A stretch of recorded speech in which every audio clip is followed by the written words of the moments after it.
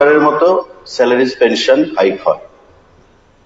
তো যেদিন হাইক হবে বিলটা এলো, বাইরে লবিতে বসেছিলাম। বিরোধী দলের বামপন্থী দলের একজন বিধায়ক আমাকে বলছেন যে এবারের সেশনে আপনাদের টাকা পয়সা বাড়বে কি। আমাদের বেতন যা পাই, মিসেস চাকরি করে আজকে আসার সময় 500 টাকা নিয়ে চশমাটা ঠিক করে এনেছি, কারণ পার্টি সমস্ত টাকা নিয়ে নেয় স্যালারি থেকে।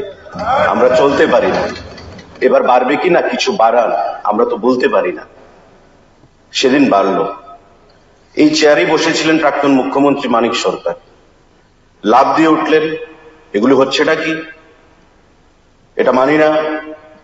একই কায়দা, এই হচ্ছে সেই হচ্ছে, কর্মচারীরা পাচ্ছে না, চাকরি নেই, বাকরি নেই, খাওয়ার নেই, অন্ন নেই, বাসস্থান নেই, ওয়াকআউট করে বেরিয়ে গেল।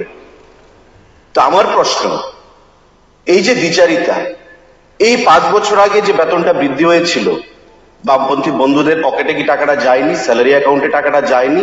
আপনারা সেটা গ্রহণ করেননি, সেটা নিয়ে আপনারা চলছেন না।